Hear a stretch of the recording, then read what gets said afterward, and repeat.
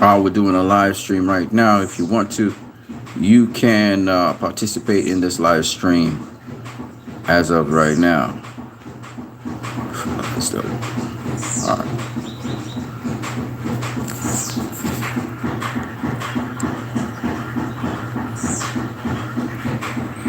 All right. You can donate to my channel. The link will have to be given in the comment section afterwards, or you can just go anywhere on my channel, pull up either my shorts or even the other live streams, and you'll see the link, and you can donate to my channel via the link. This is a live that I wanted to do last night, but I chose to kind of wait it off a little bit before talking about it. And there's a number of different topics we want to talk about that's not mentioned in the title. You know, Keyshawn Davis, he had a fight in which he fought a veteran fighter with more than 20 fights under his belt, and I want to discuss that. I also want to discuss, as you can see above, the fight, the main event, George Kambosos versus Hughes. And we also want to discuss Stephen Fulton's trainer made a claim that Inoue, the wrapping, when he's wrapping his hand, he's actually stacking his wrapping. So you have the tape, he's taping his hand, and the tape that they use is quite a lot of tape to tape his hand. And on top of that, now he's using the gauze and he's adding it. Now, the tape is supposed to be at least 1 inch away from your knuckles. But if you stack the tape, you know, it can be such that when the gauze goes against the tape, you know, it can actually sort of strengthen not just your hand. So like, this is my hand. Right? Now, if I wrap with a certain amount of tape, you know, it'll get to a certain height above the knuckles. Okay. Now, if I use excessive tape, then the tape comes up, you know, above the knuckles. Think about what I'm saying now. When I put gauze on top of that, it reinforces the gauze. You see? And it's almost like you have a bit of concrete in your hand, because the tape is really to stabilize the wrist, and you put the gauze over the tape. Shout out to Jay in the building. He says salute to you, Jay. But if you have too much tape, it actually can reinforce the gauze that you put around your hand, and therefore it can give you some more punching power. Now, shame on the guy who wraps hands for Canelo and many prominent people, Lomachenko. I forgot his name right now. He said that, you know, it just means that his hand would be more padded. That's not true. It reinforces the knuckle area if the tape is too much. That's why they say 1 inch away from the knuckle area. And the way how it is, Inoue, with the tape so much, it actually pops up above the knuckle area. So you have to understand that, you know, sometimes when I listen to, I'm remembering his name, but then it's going away from me. I couldn't believe that he was saying this. Timothy Bradley had an issue with it. A lot of other boxers and old trainers have an issue with that. You don't add so much tape, and then, you know, and then you use the gauze. So it's too much tape. It wasn't. That's what it's called, stacking. Once when you stack your wraps, and that's a dangerous thing. So that was an issue that Stephen Fulton's coach had. The guy's not Skip. He's something else. I can't remember. Stitch Duran. I can't believe Stitch Duran said what he said. You know, I couldn't believe it. Like, this dude should know better. And just by paying attention and just watching, you can realize. But anyway, I think they will make the necessary adjustments. The fight will go on. I'm pretty sure. I think Blue Blood Sports TV is covering this amongst many other people. Timothy Bradley himself talking about how dangerous that is, and they should look into it. You know, Stitch is trying to say that the commissions allow it and blah blah blah, but no, the commissions don't allow it like that. Usually there is a dispute over gloves, but at the same time, gloves and wraps, people always have problems with that because people cheat. And in boxing, you know, Tito Trinidad, you know, Bernard Hopkins, and again, Nassim Richardson, they pointed that out. We've seen Antonio, the notorious Antonio Margarito, who had actual, like almost plaster of Paris in his gloves. So, I just put this out there for people to know. Don't forget to smash that like button. Show me some love. I put that out there so people will know that's a serious issue. And, different boxers, they do all kinds of tricks with their gloves. We know about Tyson Fury and the infamous glove gate. So you have to pay attention to these things. Anyways, I'm going to go into talking first of all about the Kambosos fight. Inoue didn't cover the knuckles with the tape. It's illegal if he covered the knuckles. No. Let me explain to you, Jay, what I'm talking about. So, unfortunately, I'm holding the phone while I'm doing this. This is why I can't really fully explain it. So you have your hand here. Now, the tape is really for the wrist area. So let me see. Hold on a second. I don't have anything to suspend the damn phone, so I can't really use my next hand to point out what I want to point. I'm going to use my lip, okay? So the tape is not supposed to come within 1 inch of your knuckles. So the tape's supposed to be somewhere down here. Okay? Not supposed to be so high up here. The reason being, when the tape is wrapped sufficiently, it rises above a certain level. See, it rises above your knuckle level. And when you put the gauze over the knuckles, it reinforces the gauze. Okay? So that's what you guys are not grasping. You guys are not understanding that. And it doesn't matter if they say it's illegal or not. It's dangerous. All right? And boxers don't make a practice of doing that. Now, Stitch Duran said Canelo got away with it or whatever. That's because the other people didn't complain about it and raise a complaint. That's a serious issue. All right? Because the tape, remember, tape is hard. So it's like you're putting concrete to back up your knuckles. And since it's above the knuckles, since it's above the knuckle area, it's like you have an extra pair of knuckles underneath that gauze. It's reinforcing the gauze. So it's very important that you don't use excessive tape. You understand? So when Stitch Duran started speaking, I was like, that's bullshit he's saying. That's full bullshit. You might have got away with it, but it's bullshit. You're not supposed to do that. Okay? I remember Freddie Roach coming in and saying, you don't want too much tape. It's too much excessive tape. And there's actually a rule concerning that as well. But we'll go into that some other time. So anyway, the point I'm making is, that's a very serious issue, and they need to pay attention to that. It's particularly that the guy's already a puncher. Why do you need to tighten up? And again, it's too close to the knuckles. If you look at the video, he's doing the tape is quite up here. It's quite up here. It's within an inch of the knuckles. It's just below the knuckles. And again, there's a reason he's doing that. So they need to adjust that, and they need to make an adjustment because that's dangerous. It's not about whether Inoue or Fulton could win the fight. It's about the damage taken within the fight, which shouldn't be taken by any boxer if you're following the right rules. The whole point behind the tape is to secure the wrist. It's not to embellish or strengthen the knuckles or the knuckle area. And that's what they're doing. And somebody needs to pay attention to that. And they called it out. And they're right to do that. And all you got to do is be an observant fan. You don't have to buy into the bullshit. Professional people like Stitch Duran, he should know goddamn better than that. So I was shocked to hear that. You know, he broke his hand twice. He used his, it doesn't matter. It doesn't matter. You can stabilize the hand. It don't have to be within less than an inch from your knuckles. You get what I'm saying? You must have, the wrist is way down here, bro. All right. So I don't buy that. I don't buy that.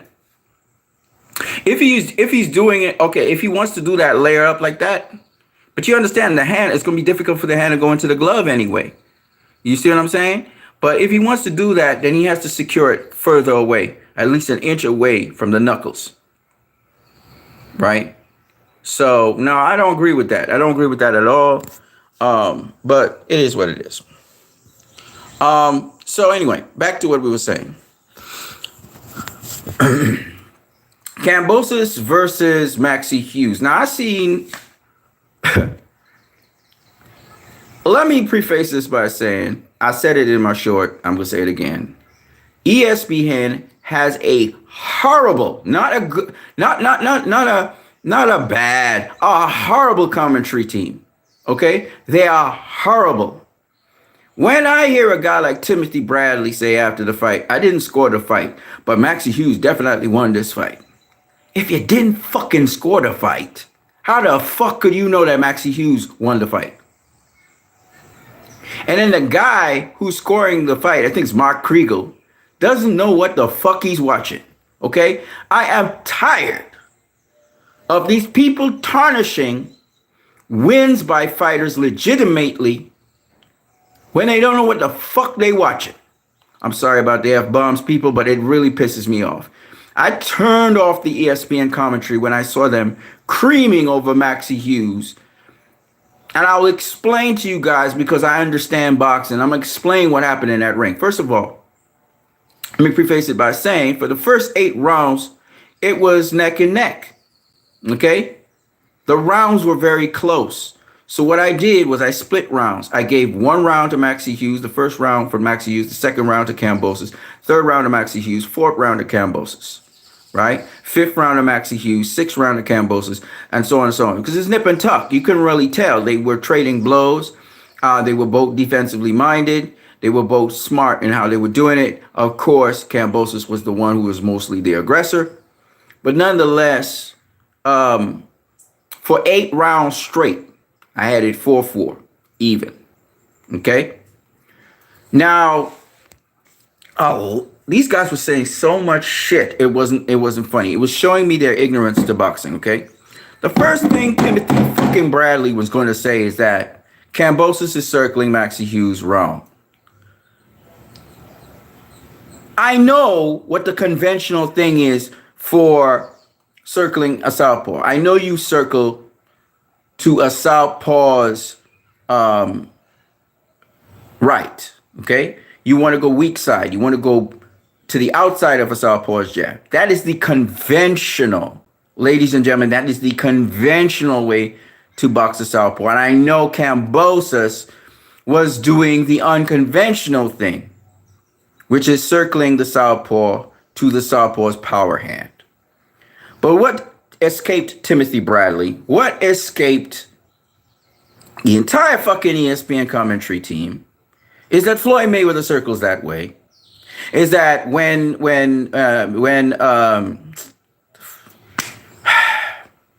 Devin Haney was facing Lomachenko, Devin Haney was circling that way.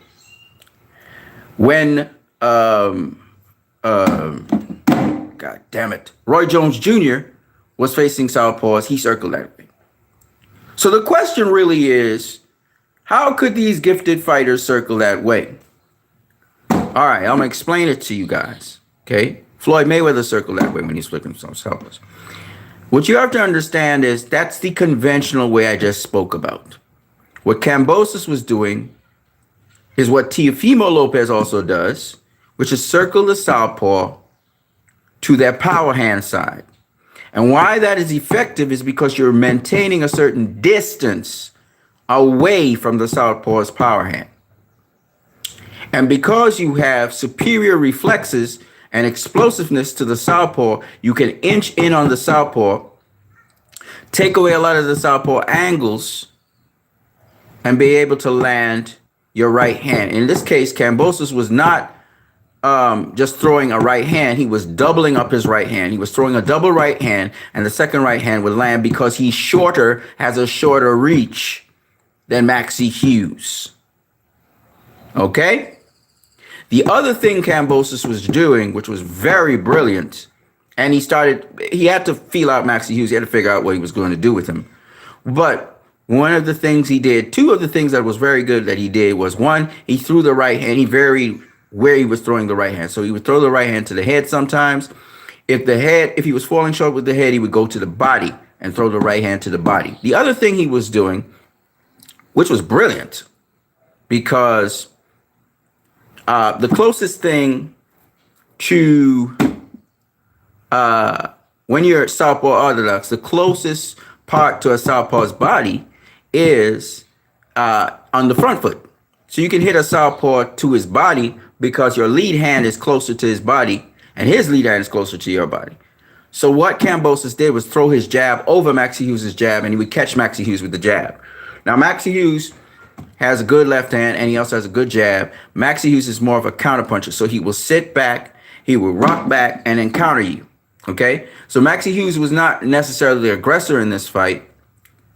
He was looking to counter Kambosos. So Kambosos, if he telegraphed or if he showed that he was coming in, Maxie Hughes would take a half step back, and you had to throw an uppercut up the center, or he would throw a straight right hand followed by a left hook or something, a combination. So right hand, left hook, or in this case, a left hand, right hook. You know, his lead left did catch Kambosos a couple times, but most of the time, Kambosos actually had his guard up and actually was able to block the lead left hand. So these are all very important points that I think a lot of these guys missed because Kambosos is small and he's compact. You may not pick up that he's actually picked off the shot. Some of the body shots that they gave credit to Maxie Hughes on landing, also Kambosos actually caught those shots on his elbow. But that's another story for another day. Now, everybody assumed, not me, I didn't assume that. Everybody assumed that Kambosos would just bulldoze Maxie Hughes and run over him. I wasn't seeing that. I was actually seeing a close fight. I was thinking that, and I even said that in my pre-fight weigh-in, where I said Maxie Hughes looks strong and he looks powerful. Okay? Whereas Kambosos looked like the guy that could be thrown around. And even in my prediction, when I said I think Kambosos is going to win because he's more explosive, he's quicker, I think that's what's going to, and that's basically what got him to win. But there's a couple other things. His boxing IQ is really improved, and he's much more refined, and he's much more selective in how he attacks his opponents. And I'm going to explain all of this. Okay? But suffice it to say that, and I did watch a couple fights of Maxie Hughes before I made my prediction with Maxie Hughes versus Kambosos. What I noticed was Kambosos is a sharper fighter than Maxie Hughes. He's also, and you saw it in the fight, and you also realize he's much more skilled than Maxie Hughes. Maxie Hughes' major tool is his feet. He always keeps busy so you don't set for him, which is all more impressive how Kambosos broke him down. And also, the other thing with Maxie Hughes is he mostly sits back and counterpunches you. Even if he's coming aggressively at you, he's really going to want you to throw. He's trying to bait you into throwing so that he can counter you. Okay, that's Maxie Hughes' thing. His most telling shots is his uppercuts and his straight left. Okay, that's his best weapons. Now, with respect to Kambosos, Kambosos showed me how he can make adjustments. And he pulled away from Maxie Hughes after round 8. He took rounds 9, 10, 11, and 12. Maxie Hughes did not win those rounds. Kambosos bettered Maxie Hughes throughout those. In fact, Maxie Hughes hardly did anything in 11 from rounds 9 to 12. You can go back and watch the fight and see what I'm talking about. And so that is why Kambosos said, in fact, you could, you know, as I said before, those rounds were swing rounds. So depending on how you deal with the swing rounds before, I could see this fight being 9-3, 8-4 to George Kambosos. Competitive fight, close fight through 8 rounds. I'm not going to lie to you, right? Both guys were doing good work. But I think Kambosos solved Maxie Hughes, and I'm going to explain to you what he did. So Kambosos, I think he's a much more skilled fighter than Maxie Hughes. Maxie Hughes gives you one look. He puts up that guard, you know, his 2 guard, and he stays behind that. And then he's going to try and bait you in, try to throw a jab or something. Maxie Hughes was the longer fighter. He was the bigger fighter. So his jab caught Kambosos once or twice.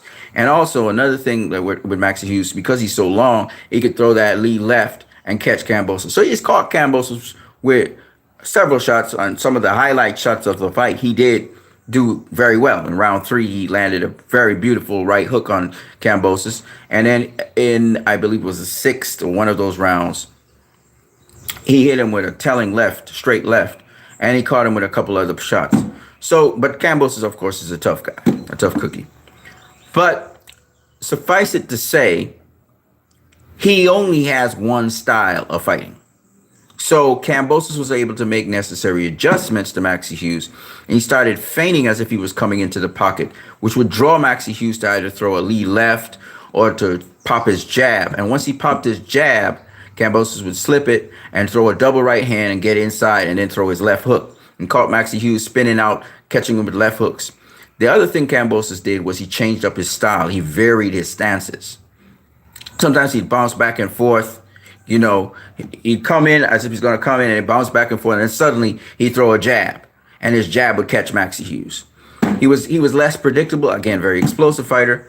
The other thing he did was he put up his both hands, not like a guard like this, but an extended guard. He would put the two hands up like an extended guard, and then sometimes he would slip to the right or slip to the left, or he just keep his head off the center guard, and then he would just spring into action, throw a double right hand, or he may, once he finds himself in range. The other thing he was doing was controlling Maxie Hughes' jab. So Maxie Hughes wasn't jabbing as much because he would put out a probing jab. Kambosos also switched from orthodox to southpaw every now and then in the fight, again, just to get different looks, get different angles, shoot the shots differently, and then he would come back to orthodox. So one of the things he did was he occupied Maxie Hughes' lead hand so that Maxie Hughes wouldn't be throwing his jabs, so he couldn't range find him as much. And that was another thing that Kambosos was doing. I'm going to explain another thing that Kambosos was doing was sometimes he'd go into the Philly shell. So he would shell up and walk to him behind the shell. So he would catch the shots on the shell and then counter back with the right hand. Again, a double right hand because, again, he's shorter. Sometimes he would pop the jab. He would do one or two jabs. He would double jab coming in. So all of these little tricks, even though he was going down the round line, sometimes Hughes would pivot out the way because Hughes had very educated feet. By the 8th round, he had figured out what works for Maxie Hughes. He would feint as if he's coming inside. Once he was patient, he would feint as he's coming inside, and then he'd either throw the double right hand or he would throw the jab very quickly. And then he may throw another jab. And then mix up the double right hand to the head and body and mix up the jab to the head and body. So he was starting to mix up his shots. Once he was patient, you know, he would do very well. When he lost his patience, I think it was in round 10 or 11, and he just tried to come in and just kind of manhandle Maxie Hughes. Maxie Hughes got the upper hand for a minute. And then he would come back in the end of the round and Kambosos. So Kambosos was mostly picking off Maxie Hughes. He wasn't really landing a whole bunch of combinations, but just like Devin Haney versus Lomachenko, he was picking them off with shots. You know, one or two shots he would get him with. Sometimes he'd throw a combination and he'd catch him with a left hook or one of the shots in the 3. Maxie Hughes was throwing some nice body shots, some nice straight lefts, but it became rarer and rarer as Kambosos showed him different looks and started to figure him out. And one of the things his coach told him is pop the jab more. So he started popping the jab more as well. But again, not the same way. He wasn't throwing the jab the same way, and he wasn't trying to be readable. He wasn't trying to be somebody who was predictable. He was trying to throw the jab at odd moments, kind of like Pacquiao. He'd spring in with the jab, so he would catch him with the jab. And it was kind of amazing to see Kambosos, who has such a short reach, come off of an angle and hit Maxie Hughes with the jab. So he was hitting him with the jabs more regularly, and then he would hit him with the double right hand, or he would come with a right hand on the inside. Once Maxie Hughes came into clinch also, Kambosos would keep on working the body, right? Because Maxie Hughes would try to close the distance and clinch. And Kambosos sometimes be able to break free and do his thing. So that's why Kambosos won this fight. It wasn't because Maxie Hughes probably had the punch of the night, round 6, and I think it was round 3. He had the punches that looked really good. Snapped Kambosos' head back. But all in all, I think Kambosos did the better work, the more consistent work. He was the guy pressing the action. And on top of that, I thought that he solved Maxie Hughes from rounds 9 to 12. He really did solve him. He figured him out. And he pulled away from Maxie Hughes, quite frankly. So anybody saying Maxie Hughes was robbed, or anybody saying that Kambosos didn't win that fight, he got a gift, I don't know what y'all guys are talking. Y'all must have been listening to the ESPN commentary, because I turned that shit off. I didn't want to hear it. These guys are too biased. They seem to have an agenda coming into a fight. Decide to back Maxie Hughes for whatever reason, I don't know. And Maxie Hughes did give Kambosos a good fight. Don't get me wrong. with the evasive slick style, sort of slick style, and the counterpunching ability. But Kambosos did solve him. I believe by round 8, he had figured out what he needed to do. He was a little bit impatient at certain points in the fight, and I think he paid for it. But for the most part, of course, Kambosos, he got cut over his eye. I think it was in rounds 3 or 6. Maxie Hughes hit him with a good shot and cut his eye. Kambosos headbutt Maxie Hughes. I believe I was in one of the later rounds. So both guys had cuts. But ultimately, in the end, Kambosos won this fight. Okay, and he won it rather comfortably in terms of rounds won. The rounds weren't, you know, the rounds were nicely contested, but I thought that Kambosos was getting the better of Maxie Hughes from rounds 9 to 12. I could see that now.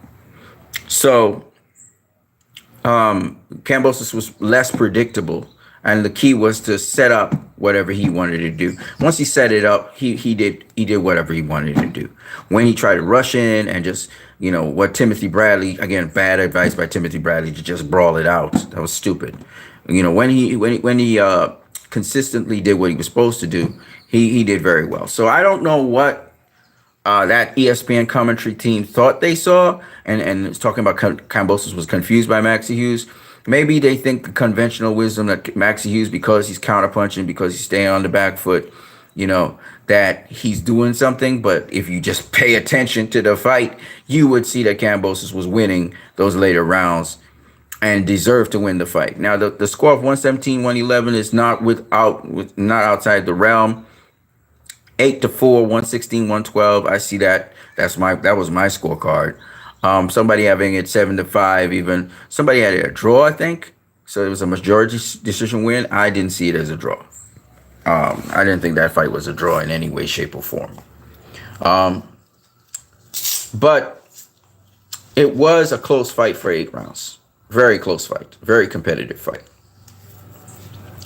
All right, moving on to some other news. I thought that, again, Keyshawn Davis did very well against the opponent that he had. He dropped him in the 6th round, I believe it was. The guy is very durable. Who he faced has 20-something fights. Keyshawn has 9 fights, I think he has. So it was a big step-up fight for him. He performed wonderfully. But the guy was live. I'm not going to lie. The guy was throwing shots, and he was landing some shots on Keyshawn, so especially body punches. Keyshawn kept his composure. First time going 10 rounds. He did well for the challenge that was before him because the guy was live. The guy was live all the way to the end. And Keyshawn Davis, he did very well. He did very well. So kudos to him. He has to work on his defense a little bit more when you're being aggressive like that. I think that the guy that gave him work, man, that guy, he got good defense as well. Fundamentally sound, It's just that the guy don't have, I think, he don't put punches together enough. But his defense is very good. Keyshawn wasn't really landing much of anything on him until in the 6th round. I think he put him down with a nice counter right. Sort of pull counter. With respect now to, we're going to talk a little bit about Shakur Stevenson, who's chirping away. Shakur's talking about wanting Lomachenko, but I think Lomachenko's actually going to face Kambosos next. And I think that's good. I think Lomachenko should be able to get a fight. He just came off of a tough fight with Devin Haney, in which he didn't get the victory. He didn't get the decision. So you want to fight an established lightweight. You don't want to fight a lightweight that just fought nobody. You know what I mean? Kambosos was the unified lightweight champion, and he's lined up to become a mandatory for the IBF title. He beat the IBO champion in Maxie Hughes, so now he's the IBO champion, and he's lined up for the IBF title because that was a title eliminator. So whoever he will face, let's say Devin Haney doesn't stay at 135, or at least Devin Haney doesn't fight him next. I think Devin Haney, after he fights Shakur, if he's going to fight Shakur, we'll see. Because I think Devin Haney's team sent an offer to Shakur. Nobody's talked about that. Shakur saying he has his team behind it, so hopefully they're examining everything and takes the fight. Yeah, they take the fight with Devin Haney because I'm telling you, man, that's a hell of a fight. And really, Shakur's making excuses talking about Devin Haney with his weight, and no, well, nobody want to hear that. You're supposed to be just trying to make the fight. You're supposed to be thirsty for the fight. You want to become undisputed. You want that fight. Okay, so I don't want to hear Shakur talking about all of that stuff. You know what I mean? Shakur also said, again, capping again, talking about how Kambosos lost his fight to Maxie Hughes. Shakur be talking out his ass. Shakur knows better boxing. He knows boxing much better. So Shakur is just saying that because he's looking at Kambosos as food. He's looking at Haney as food. And when you're going against your opponents, you want to get in their head anyhow you can. You know what I mean? So I think that's what's going on with Shakur because, quite frankly, no way in God's green earth either guy lost to the opposition. You know, you just know boxing. You know better, right? So I don't agree with that. I don't agree that either Devin Haney or George Kambosos lost to their opponents. Did I think that Maxie Hughes was going to present a problem to Kambosos? A bit. I thought so. I thought also that it would be a competitive fight. I actually thought Kambosos would have a split decision win because that's generally what Kambosos does. All the fights that Kambosos has won against top level fighters, he's won by split decision, whether it's Teofimo Lopez or whoever. So I thought it was going to be a close fight because that's just Kambosos' style because he fights in close and he has to throw his combinations, sometimes get hit on trades. He's tough and everything. But in this case, he actually had a majority decision win, which I agree on. Should have been unanimous. He pulled away from Maxie Hughes, like I said, down the stretch. He figured him out. And it's a pity because I think the judges got it right, but boxing's getting a black eye for no reason at all except for that screwed up commentary team, man. These people come from HBO Max and this kind of shit, and they doing the same bullshit they did to Floyd Mayweather against Castillo. They did to Roy Jones Jr., against some other person. I don't know what's their story. Why they're so antagonistic against guys who are former world champions or whatever. But I really don't appreciate it. I really don't like their commentary. I don't like their biasness. And they need to stop it. And, they fired some people. They fired Andre Ward. They should have fired Mark Kriegel, man. Shit. Dude don't know how to score a fight, man. It's really annoying. And I don't care what the boxing world says. I saw this with my two eyes. So I broke it down to you guys so you know better. Some of y'all don't know shit about boxing. Y'all just go with narratives. Or sometimes y'all even watch the fight. And y'all just go with narratives. Anyways. So, that's that. Let's talk about Errol Spence versus Terrence Crawford. I was listening to Showbiz the Adult, and he's very impressed with what Errol Spence is doing. What he's. But you got to understand, Terrence Crawford is also doing things that could nullify what Errol Spence is doing. So that's why it's a chess match. Like, people are thinking Errol Spence is strong. I'm not arguing Errol Spence is strong. He's strong. I probably could take Crawford's best punch anyway. And he probably has he obviously has great defense. So that's going to be hard to hit him to start with. But as I said before, when you look at what Terrence Crawford is doing, I was listening to what's the guy from the Fight Hype? I forgot. It was Sean Sattel. Sean Sattel saying, "So Terrence, you're gonna stand in front of Errol Spence, and from what I see, you're not boxing him. You." And I'm like, Sean Sattel, man, you say you boxed in your life.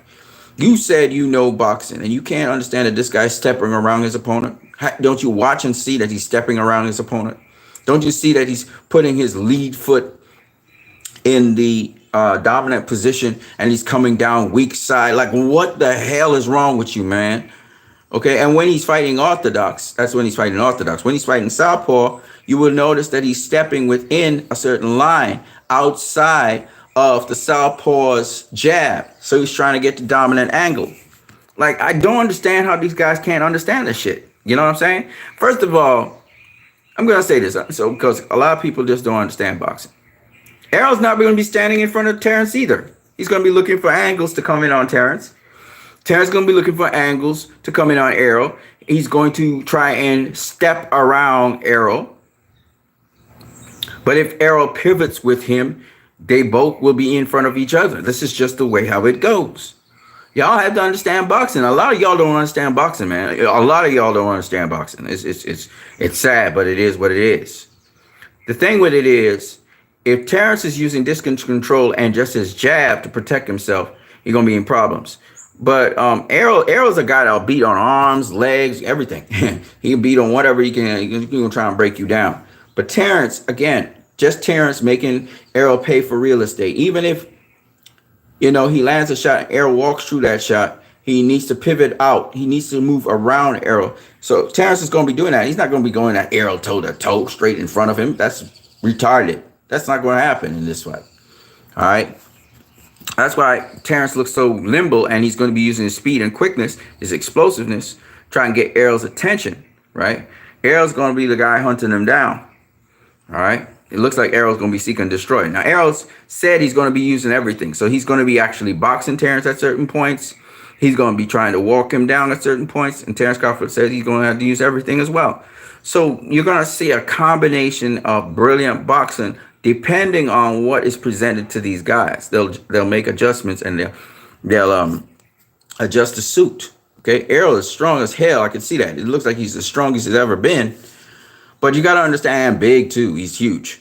He really does need to move up after this fight. But still, having said all of that, Terrence Crawford looks nimble, quick, sharp. And so, that's going to work in his favor. Obviously, Terrence Crawford's going to be using, he's strong as well, but he's going to be using his quickness, his sharpness, and so on, and his boxing IQ, his skill set. All right. Errol is probably the most fundamentally sound of the two. And consistently fundamentally sound. I'm not saying that Terrence Crawford don't have the skills that Errol have, but what I'm saying is Terrence Crawford, he abandons his skills, but when it comes time for him to really knuckle down and make sure his skills are all tight, he's there, and he's got a great sparring partner in Shakur Stevenson, who was kind of tightening up his work and making sure his work was tight, so you're not looping as many shots and all that kind of stuff, So that's what you're seeing there. That's why I said it's still a 50-50 fight, in my opinion. I do understand the advantages that Errol Spence has, and Errol Spence does something very, very well. He goes to the body a lot. Reminds me of Mike McCallum, and Terrence reminds me more of a Sugar Ray Leonard. And if you wanted to know what would happen if Mike McCallum faced Sugar Ray Leonard, this is what you're going to see. This is the fight for you to kind of see what it would look like, because the attitude, the mentality of Errol Spence is more of like a Mike McCallum. He's defensively sound, fundamentally sound, also got good punch, good power, and loves to work the body. Whereas Terrence Crawford, that's not his forte necessarily, even though he's versatile, very versatile fighter, very cerebral, smart fighter. And we have to see, it's going to be a cat and mouse game one way or the other. And we'll see how both fighters make adjustments down the stretch. It's obviously going to be a very grueling fight down the stretch. That's just what it is. Errol's going to make Terrence have to fight him. He's going to make Terrence have to light him up, try and knock him out and get him out of there and stuff like that. So that's how that fight's going to go down. We know that already. Yeah, so it's going to be a very entertaining fight. I don't know who's going to win, though. I'm not even going to try and put any money on this. This is not a fight to bet on. Now, with respect to Stephen Fulton versus Inoue, I can say with confidence that Stephen Fulton's going to win this fight, because I know that Stephen Fulton has more experience than Inoue, and the competition he's faced. It's kind of one of the cases, if you want to make an argument for Errol Spence has faced the better competition of the two, and it's prepared him for this moment even better, because, and not only that, but the kind of sparring that Errol had with Floyd Mayweather, which is a very interesting thing because this has come back up. The doghouse, when he held his own against Floyd Mayweather. Some argue he gave Mayweather a black eye before the fight with Robert Guerrero, where Mayweather was talking about the vampire facials and stuff like that. We know that Mayweather threw Errol out the gym for a moment, and then he brought him back in. So that tells you everything you need to know, because it was heated. But Errol, wasn't no punk. obviously Errol said, let's go to the death, you know. And Floyd decided, you know, okay, he had enough and we're gonna call it a day. So if Errol could do that to Floyd, and Errol was, I think, 2 or 3 fights into his pro career, you think Terrence Crawford's really gonna be something that Errol didn't see? Let's remember also, Errol has faced switch hitters in his career. He's faced southpaws in his career. Okay. Edward Lartey was a southpaw he faced in his career. He also faced switch hitters in Butte, I think it is. Is it Butte? Can't remember his name. The European champion guy who Keith Thurman couldn't get out of there, but Errol Spence put to sleep. That dude. He was a switch hitter. So Errol has faced a number of fighters to prepare him for Terrence Crawford. Has Terrence Crawford faced any fighter to prepare him for? I guess big fighters like, you know, awkward fighters, big awkward fighters like Jeff Horn, Jose Benavidez. Now Jeff Horn has a different style to Errol completely, and Jose Benavidez has a different style to Errol. Sean Porter has a different style to Errol. Kell Brook has a different style to Errol. So he hasn't really faced somebody with the style that Errol has, but he has faced. Has he faced southpaw fighters? I'm trying to think about that. What's the southpaw he faced? At least I know he faced at 140. He faced the southpaw. The southpaw was the African dude, but I'm not sure if he faced the southpaw at welterweight. I don't think he has in a while. So that's another thing. So I guess that's why he was sparring Shakur Stevenson. Yeah. But both guys have, like they said, different approaches to the fight, but it's very exciting just to think about it.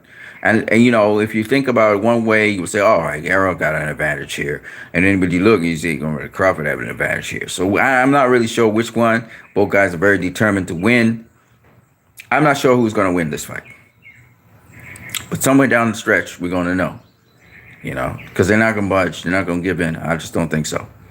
That's the kind of mentality they are, and they're very competitive. So it should be very interesting. So I just wanted to talk about those things. I am what you need. Let me see if there's anything else I want to talk about. I was talking about. That's about it. So I'm gonna catch you guys later. What you need. Shout out to Jay again. I'm gonna catch you guys later though. Have a blessed day, and don't forget you can always donate to this channel.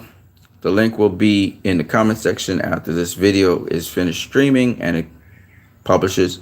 But you can also check some of my other videos. You'll see the link somewhere there pinned up at the top of the comments. I'll catch you guys later. Peace.